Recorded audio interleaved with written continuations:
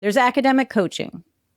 This is a broad term for helping students or faculty navigate the emotional terrain of academic work, to strategically make decisions based on what they actually want and how to achieve the goals that they actually want to achieve. Under this umbrella, we find dissertation coaches, tenure and promotion coaches, writing coaches, public speaking coaches, all kinds of coaches. These are real businesses with real clients, and the rates can end up running anywhere from $100 to $400 an hour, depending on your niche and the level of support you offer. Welcome to Leaving Academia, Becoming a Freelance Editor, the podcast. I'm your host, Paulina. In 2019, I was a political science professor who was fed up with the stress and hostility of academia, not to mention the low pay. I left my tenure-track job and went from barely surviving to thriving as a freelance academic editor. Today, I own Acadia Editing Services, an editing and coaching business that brings in 6 figures a year. In this podcast, I'll discuss the challenges of academia, what academic editing involves, and what life as a freelancer looks like. If you're willing to jump outside your comfort zone, it is possible to find joy, true flexibility, and a profitable and rewarding career as an academic editor. Thanks for listening. Hi there. Welcome back to Leaving Academia. I'm Paulina, and I'm so glad you're here. When you are unhappy in academia, it can be really difficult to figure out how to translate the skills you already have as a grad student, a postdoc, a professor, into skills that you can highlight on the non-academic job market. We academics know that we're intelligent and talented and hardworking, but academia has made it really difficult for us to think about our skills in a context outside of a traditional higher ed institution. When you try to picture yourself doing something else for a career, it's likely that your brain just goes blank. You think, I read things and I write things and I talk to students, but that's not a job. That's just what I do. And it really is like trying to take a concept that you understand in your own language and trying to translate it into words in a language that you don't actually speak. But there's a reason for that. Higher ed institutions want you to stay stuck. They need you to stay stuck and to think you're unworthy of anything better. The reason for that is they benefit when you stay, when you feel helpless, when you don't demand better pay and better working conditions. And here's the spoiler for this whole episode. The reading and the writing and the talking to students that you do every day, that's not just one job. It's not just what you do. It is, in fact, several jobs, plural. And people pay really good money for that work. So today, I'm going to walk you through a normal day in academic life, if there is anything such as normal. Just imagine it is a typical Tuesday. And as we move through that day, I'm going to point at each thing you probably do, and I'm going to tell you exactly what it's called in the freelance world and who would pay you to do it.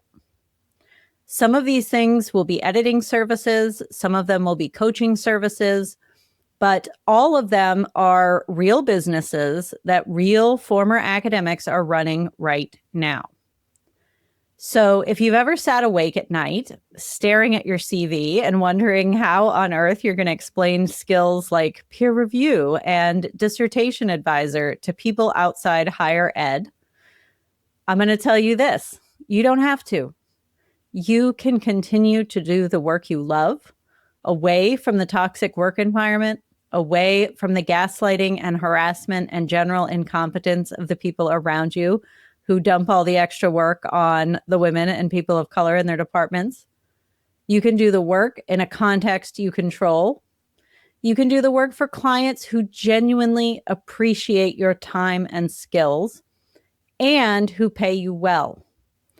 And today's episode is going to identify for you what that landscape looks like.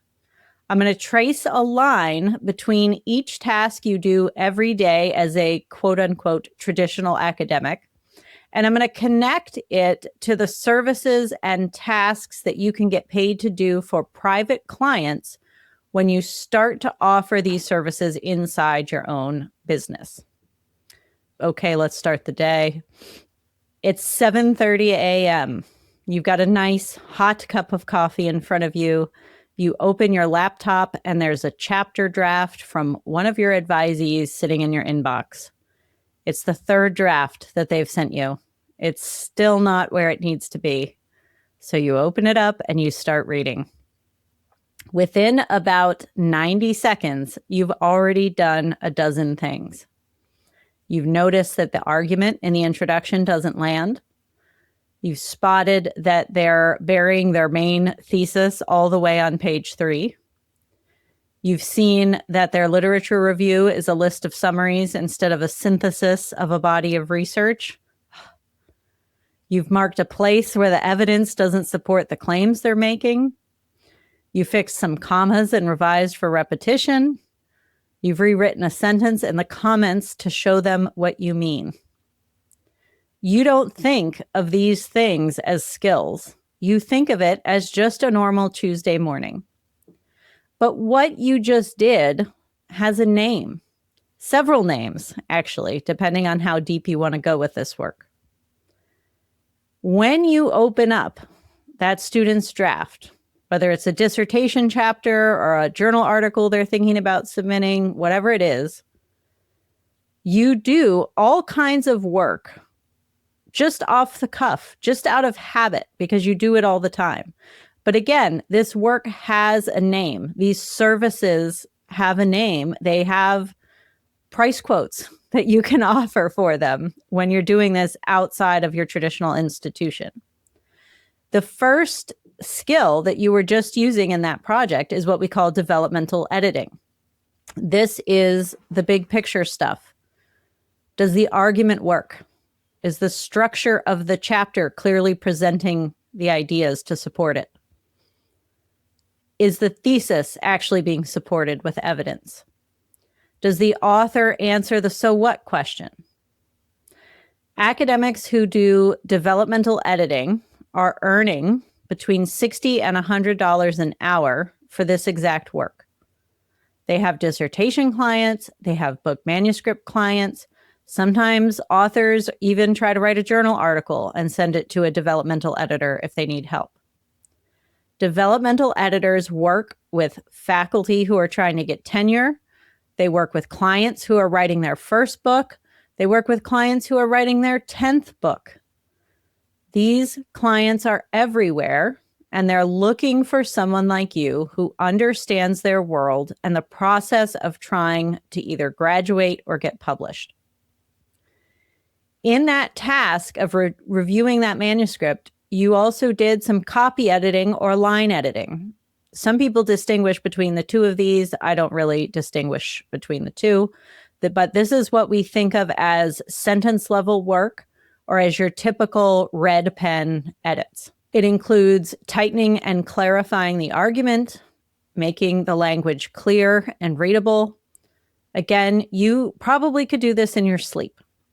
You make these corrections on student papers, on colleagues' drafts, on conference proposals that you review. It also includes the mechanics of the writing, the grammar, the punctuation, the citation styles.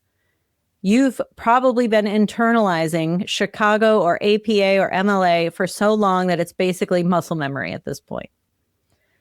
There is an entire industry of academics and academia adjacent writers who need a copy editor who knows the difference between an M dash and an N dash and who isn't going to mangle their footnotes. So that student's chapter that you're reading at 7:30 in the morning, if you were doing that for a paying client instead of as part of your academic job where these tasks get piled higher and higher on top of you without seeing a proportional increase in your income, your salary. You could be charging real money for this. Many of us are right now. We are former academics who realized one day that the things we've been doing for free for our grad students and our colleagues and other people at other campuses, wherever, these are all services that are worth thousands of dollars to someone outside your university. Let's go to the next task in your day. It's 9 a.m. You've finished your coffee, or if you're like me, maybe you've moved on to your second very large cup. You've got a meeting with a grad student.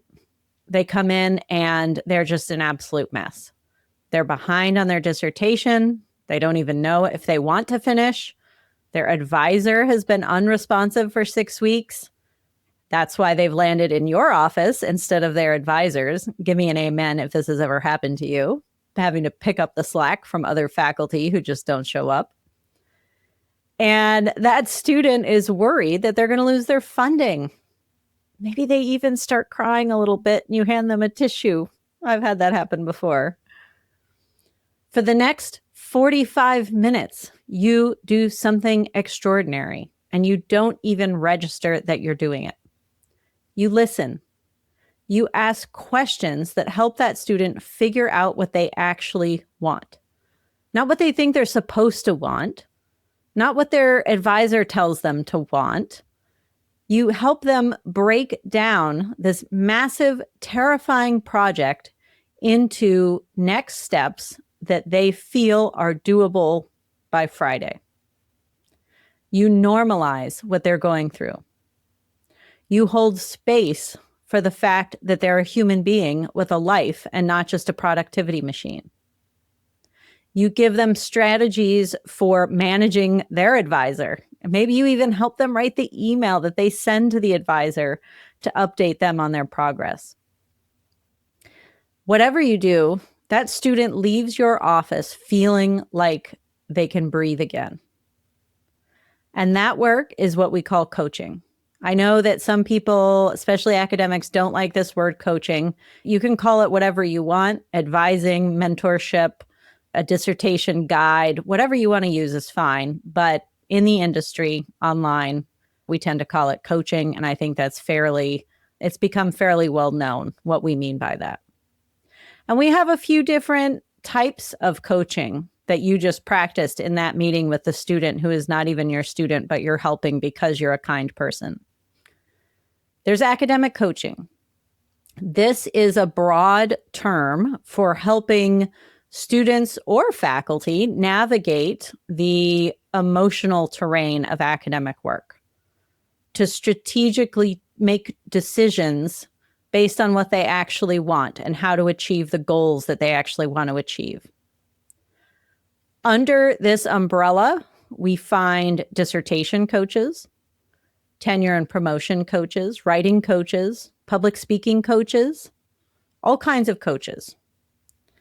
These are real businesses with real clients, and the rates can end up running anywhere from $100 to $400 an hour, depending on your niche and the level of support you offer. Next, there's productivity and accountability coaching. This can involve helping somebody break big projects into manageable steps, helping them hold themselves to a schedule or to work through the resistance that keeps them stuck. Half of what you do for that 9 a.m. student is productivity and accountability coaching. You just call it advising. Finally, there's also career coaching. Whether your student is going to apply to academic jobs or they're trying to figure out whether to stay in academia or leave, career coaching centers on helping them make a big life decision, weigh the trade-offs, navigate the uncertainty, and figure out what they really want to do and how to go after it. There is a whole world of people who need this and who are willing to pay for your guidance. And because you are an academic, maybe you've served on academic job search committees. You've lived this life. You've not only applied to and landed jobs, but you've also been on the other side. You know what goes on behind those closed doors. Can you imagine what that experience is worth to someone who's new to the job market? To have your undivided attention for a whole semester while they apply to jobs, while they interview, while they negotiate an offer. Can you imagine having a job market coach in your back pocket to help guide you through that process? That otherwise very lonely, very scary, very intimidating process. And here's what I want you to notice about that 9 a.m. meeting with the grad student. You didn't learn how to do this work in a class. Nobody taught you how to advise your students. You learned it by doing it year after year with student after student. You learned how to read a person, how to ask the right questions, how to help somebody navigate challenges and make decisions. That is a skill. That's a very rare skill. And it's a skill that people will pay you to use when you work with them. All right, next, it's 11 a.m. You finally have a chance to sit down to work on your own article. If you don't get caught up in some ridiculous meeting that could have been an email anyway. You open your draft, you stare at it, you read the last paragraph you wrote probably 2 weeks ago. You make some notes. You write 200 words. You delete 150 of them. You write 200 more words. You check your email. You come back. You rework the thread of the argument. This is hard. It's hard for all of us. It's hard for you. It's hard for me. And we are people who actually enjoy writing and editing. Now, I want you to imagine someone who is not you. Someone who has a great idea for a book. Maybe it's an academic book. Maybe it's a memoir. Maybe someone is trying to turn their dissertation into a trade book that will be read by a wider audience. Maybe there's someone outside academia. Maybe they're a subject matter expert. Maybe they're a data scientist. Maybe they've worked in nonprofit or community organizing for years. And maybe they've decided to write a guide or a white paper or a long form piece or a whatever. And they're sitting at their desk in exactly the kind of paralysis that you just powered through because you're good at that. You know how to do it. They don't know how to do it. They need help. They need somebody who knows how to take their tangle of thoughts and shape them into something readable. They need someone who can ask, what are you actually trying to say here? And then help them say it. This is what we call book coaching or writing coaching.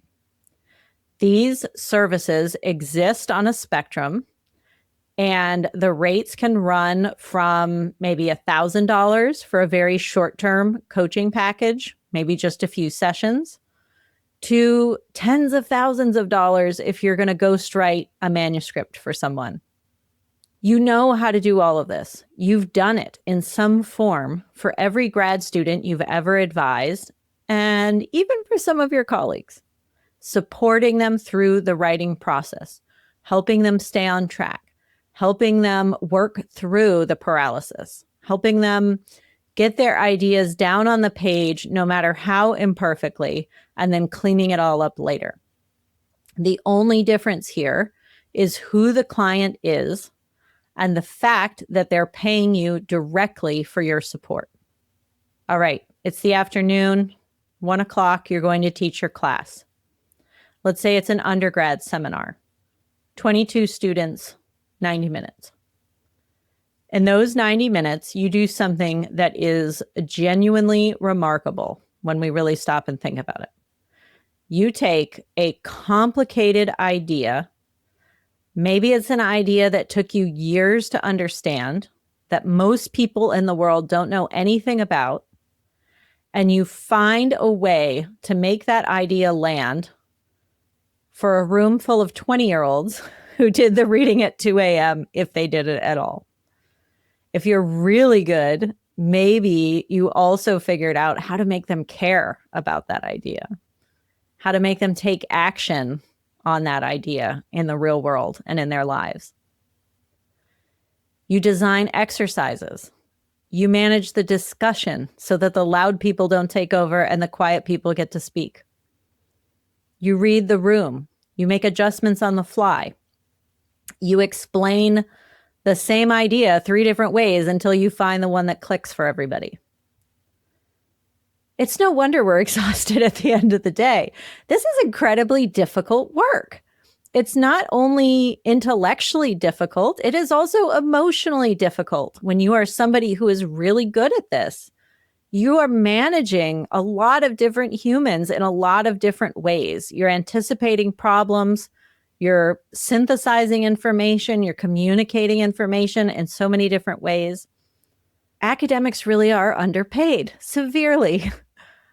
And so take that experience of teaching a university class that if you've been doing this a while, you probably do it with your eyes closed easily. You can take all of that instructional experience and that knowledge, and you can create a paid workshop or a group program. Maybe you start by creating a 2-hour workshop where you teach grad students how to write a dissertation prospectus or how to get IRB approval. For your first workshop, maybe you get 10 people to pay you $100 each to attend. That's $1,000. That's not bad for a first workshop. And then you keep running the same workshop every quarter. You keep iterating. You keep learning how to market it better. And you enroll more people. And the work on the workshop itself is not new. You could probably teach any of those topics on the fly.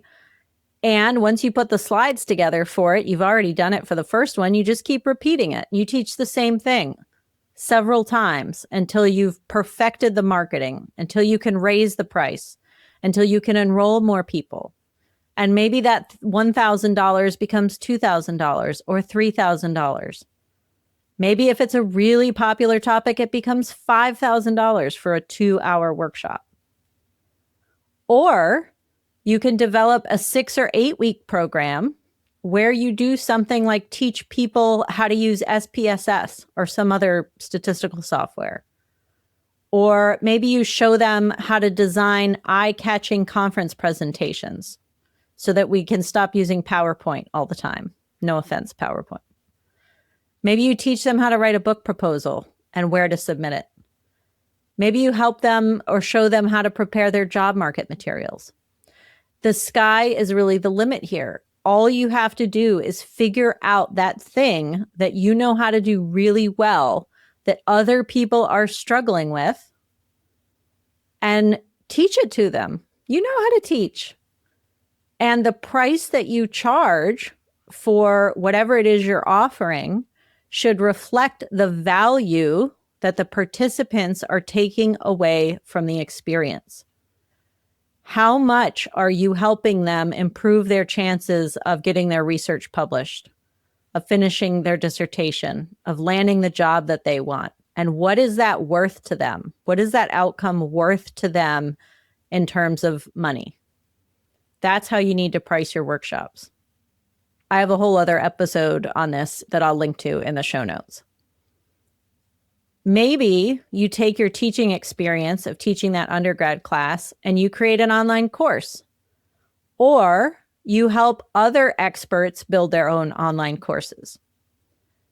I know that all of you listening have probably taught in Canvas or Blackboard or whatever it is that people are using now. You know how to create online course modules, how to upload videos, how to create exercises, all that stuff. It's no different in the online course space for selling things like this. If the topic that you want to teach lends itself well to a self-paced form of instruction, so where somebody buys an online course with videos and exercises and all that stuff, and they can lead themselves through that course and learn, as opposed to, a group instructional experience like a Zoom workshop or one-on-one coaching or something like that, if that self-paced online version works, you can create an online course and teach that topic through that vehicle and sell it. There are also many subject matter experts who are out there. They are trying to package what they know into a course to sell it, but they need someone who actually understands pedagogy. If you have never taught a course before, if you are a data analyst or a software engineer or an AI expert or a whatever, you don't know how to teach this material. And if you're going to invest your time and energy into creating a course, you want it to do well. And so you find a professor or a former professor or a grad student who has taught their own courses, and you hire them and pay them really good money to help you create a course that is effective, that will sell well. And so you, as the academic who has the pedagogical training, who has the teaching experience, you can guide other people through that process of creating an online course. This is something that you've done for your entire career that other people don't know how to do. And they will pay you money to show them how to do it. Another point here related to teaching your course to your undergrads or whoever is facilitation. This could involve running workshops for companies or for university departments. So think of like a campus center for teaching and learning or something like that. If an institution like a campus department or a college or something is bringing you in and footing the bill to have you teach their faculty or their grad students something that you know that you're an expert in, you can earn thousands of dollars for this work. You can do this over Zoom or you can do it in person. Or under that umbrella of facilitation, maybe you develop a writing retreat or a teaching retreat or a networking retreat or a whatever retreat. And you invite academics to attend to make progress on their writing goals or to learn and implement new teaching techniques or whatever it is, right? However it is that you want to connect people and help them solve a problem together. This type of program that you create would likely count as professional development for your attendees. And so the faculty and the grad students who want to attend it could use institutional funds to pay for it. And so I know many of you are out there listening to this thinking, oh, nobody has any money to pay for a writing coach or a dissertation coach. First of all, wrong. That is not true. Okay. If it were true, we wouldn't see plenty of dissertation and writing coaches out there running very successful businesses. If they can do it, why can't you? Secondly, there are institutional funds available for these things. Yes, still, even now in mid-2026. And so you just have to get creative and think about what are the problems that people need help solving that you can help them solve. And the point here is that the opportunities are wide open to you. You can run your own classes, your own programs, your own group coaching cohorts, and all you have to do is teach them something that they need help with, that maybe it has taken you years to learn and perfect, but these people would rather pay you to teach them in a day or in a few months than take those years to learn it themselves. The skill of designing and delivering a learning experience like this is the foundation of an entire genre of online business. There are people out there who teach online course creators and coaches how to create online courses. You can do the same thing, or you already have this knowledge of how to create a course. You just need to figure out what you want to teach and to whom do you want to teach it. Most of the people out there who are creating online courses don't have any idea what they're talking about when it comes to creating the course, but you do. You do it every day, and you can apply it now in your own business. Okay, this Tuesday is getting very long, but that's the way it is, I guess. It's 3 p.m. It's time for you to peer review an article for a journal. You've been staring at that email from the journal editor in your inbox for longer than you want to admit. They want you to peer review this paper. It was probably due a week ago, and you're finally getting the time to sit down and open the PDF. And then you spend the next 2 hours doing some of the most cognitively demanding tasks in academic life. You evaluate whether the research question is significant. You assess whether the methodology is sound. You check whether the literature review is complete. You look at the data, the analysis, the interpretation. You go through the whole paper because you're a good peer reviewer, and you write a thoughtful and detailed report with constructive recommendations. And you do all of this for free. For what? I want to say that again. You do this for free. They don't pay you. Your university isn't really paying you to do peer review, even though they expect you to do it. Outside of academia, what you just did is called expert review or scientific review, and it is a paid service. Publishers, think tanks, consulting firms, organizations that produce reports and white papers, even individual scholars, editing agencies, many places all need experts who can read complex material and evaluate it.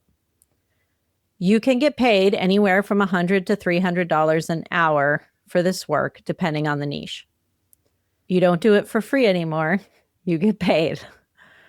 And the broader version of this work that we think of as peer review, that's the coaching version. And that involves helping other academics to get published. In this role, you help somebody choose the right journal. You help them package their work for that audience. You help them navigate the peer review process. You help them not feel like a failure when they get rejected, because everybody gets rejected. You help them respond tactfully to revise and resubmit letters. The number of academics who would pay very well for someone like you to demystify the journal publishing process for them is enormous. And most of them, here's a big catch, most of them have no idea that this kind of help even exists. They are junior faculty or grad students. They don't have an advisor or co-author who teaches them this process. And if they knew that you have this expertise and you can help them without being judgmental, without being hurtful, without shaming them, they would pay you a lot of money for this. And they do. All right, it's 5 p.m. It's the end of the day. All you want to do is go home, crack open a beverage, and turn on Netflix. But then a colleague stops by your office and asks if you can take a look at the grant they're submitting tomorrow. It's a draft. They'd be so grateful for your feedback. Grateful. They're not going to pay you, but they'd be grateful. So you read it and you give them some feedback. You tell them that the significance of the research is buried too late in the text. You suggest they reorganize some of the sections. You point out a few places where the narrative doesn't match the budget. You rewrite the opening paragraph to make it land better. You tell them they're underselling themselves and their ideas. My friend, this is grant editing. It is grant coaching. This is a service that nonprofits and researchers and faculty and even small businesses need desperately, and they're willing to pay for it. You can earn, again, $100 to $250 an hour or more. There are former academics who are running very successful businesses doing nothing but grant editing. But you just did that work for free. I'm over here shaking my head. It doesn't have to be this way. All right? There are a few more things that you do without even thinking about it every day that will help you be successful as an editor or a coach. You learn new methodologies. You learn new theoretical frameworks. You learn new bodies of literature. The skill of acquiring expertise quickly is one of the most valuable skills in the world, in anything you can do. And most people don't have it. I think that in academia, we are surrounded by colleagues who all have PhDs and who are all brilliant. Well, not all of them, but many of them are brilliant. And we forget that most people in the world are not like this. They do not think about problems the way that we do. They do not write as well as we do. They do not communicate as clearly as we do. If you have these skills that we're talking about, not only can you help other academics who struggle with things that you excel at, but you can help other people in the world, those data scientists that I talked about, other researchers, people who want to write a memoir, maybe they're business owners who want to write a business memoir, whatever, right? I could sit here all day listing ideas, but what matters is what you care about and who you want to help and how you want to help them. You also can write in a way that is precise and careful and credible. This is becoming more important now than ever before with the AI slop that we see. I believe that there is going to be a backlash against AI. We are already seeing it in the business community, where as soon as AI came about, all these business owners and marketers started using AI to write their websites and their emails. And now it's easy. You can spot AI garbage from a mile away.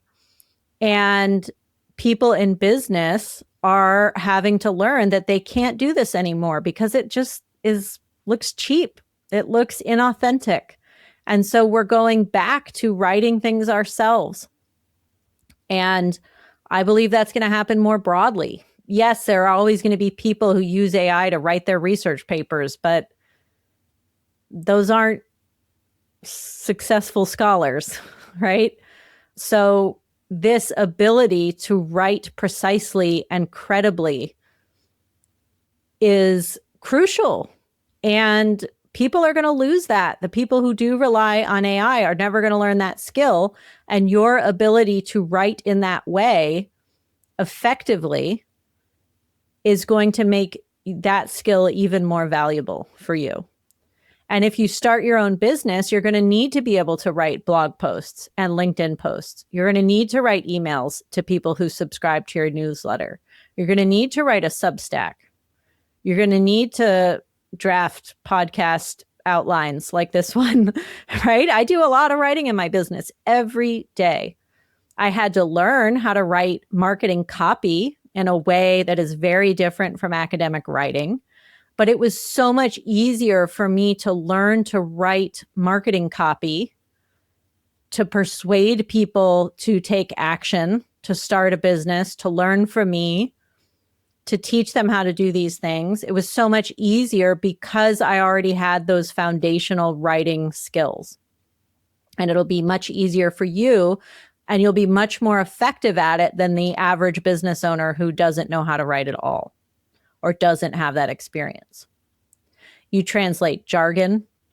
This is what science communicators do. Every time you go to an event at your in-laws and they ask you, what is your PhD in again? You have to figure out how to say it to them in a way that they understand. And this is important. I think this is probably one of the most important things is if you are listening to this, if you are thinking about leaving academia, if you are unhappy in academia, I'm willing to bet that you are someone who cares deeply about your students. Maybe you even care deeply about your colleagues, at least the nice ones. And you give and you give and you give. And you give feedback that is direct but kind. And that is rare. That is what, again, everybody says, isn't AI going to replace editors? Isn't it going to replace coaches? No, it is absolutely not. People want human connection. That grad student who we said in this example story came to your office crying because they thought they couldn't do it. AI isn't going to show them that they're worthy of finishing their degree, that they deserve to finish their dissertation and graduate. That is what a human does. We need caring, kind humans like you out in the world helping people to achieve their goals. Maybe you do that to some extent in your job in academia, but you can do that so much more effectively when you are not burnt out, when you're not exhausted, when you are not sitting in ridiculous 4-hour faculty meetings arguing about whatever that doesn't matter because nobody in the administration is even listening or cares. When you can take all of these skills that we've talked about today, including your writing abilities, including your clear communication abilities, including your kindness and your empathy, when you take all those skills and you put them into your own business, you get to do all the work that you love without all the garbage. Now, I know that I've just thrown quite a bit of information at you. Maybe your head is spinning a little bit. That's okay. There are a lot of opportunities out there for you. What I want you to take away from this episode is to recognize that you are not starting from zero. If you decide to start a business, you're not starting from zero. You are starting from 10, 15, 20 years or more of experience and accumulated expertise that the rest of the world does not have and is happy to pay for. So the question is not, do I have any marketable skills? We go back to the start of this episode where we started with that situation where you're staring at your CV wondering, how do I take all these things that I do every day and translate them into language that someone else understands? What are my marketable skills? You do have marketable skills. Of course you do. The question that you should be asking yourself is, which of these skills lights you up? Which of them do you want to do more of? And which of them do you want to leave behind because they're a complete drag on your energy? Because they leave you dreading Monday mornings. We don't do that anymore when we start a business. The goal of leaving academia and starting your own business is to pick the parts you love and leave the parts you don't. You get to choose. I know that it can take a minute for this to sink in when you've spent your whole career being told what to research and what to teach and what to publish and who to serve on a ridiculous committee with. But you get to choose when you launch your own business. You get to choose the work you do. You get to choose who you work with. If you come across a client, this is rare, but it does happen. If you come across a client who's a jerk, oh, my schedule has suddenly filled. Sorry, you don't have to work with people that you don't want to work with anymore. And if you've been listening to this and one of those services that I've talked about, whether it's editing or coaching or something, some combination of those, if you heard me describe it and it made your stomach flip in a good way, if it made you say, wait, that's a thing, I want you to notice that. Sit with it. That feeling inside of you is information. It is data. It is your brain and your nervous system telling you something. When was the last time you felt excited about going to work and doing this work? You can have that again. And if you want help figuring out what to do with that data, with that question of how do I turn this excitement, this work that I love, into a business, that is exactly what I teach inside my program, BAE, Becoming an Academic Editor or Coach. It is a 12-week online course and group coaching program for academics who are building an editing or coaching business, or some combination of the two. We spend the first 2 or 3 weeks focusing on this question of what services should you offer? What do you love to do? Who do you love to support? Because picking the right service for you to offer is how you get to do all the work you love with the skills that you already have. So go to acadiaediting.com/map to find out more. And either way, I want you to leave this episode with one thing. The skills you already have are worth money. You don't need to start over. You don't need another credential. And you certainly won't be throwing away your PhD. There is hope, and you are not alone in this. I'll see you next week. If you're unhappy in academia and you think you might be a good editor or writing coach, check out my course, Becoming an Academic Editor. This digital course is paired with a 12-week group coaching program to support you through your decision to leave academia or not, and to start building a profitable and rewarding academic editing business. Learn more by going to acadiaediting.com/become an editor. Thanks again for listening. I'll see you next time.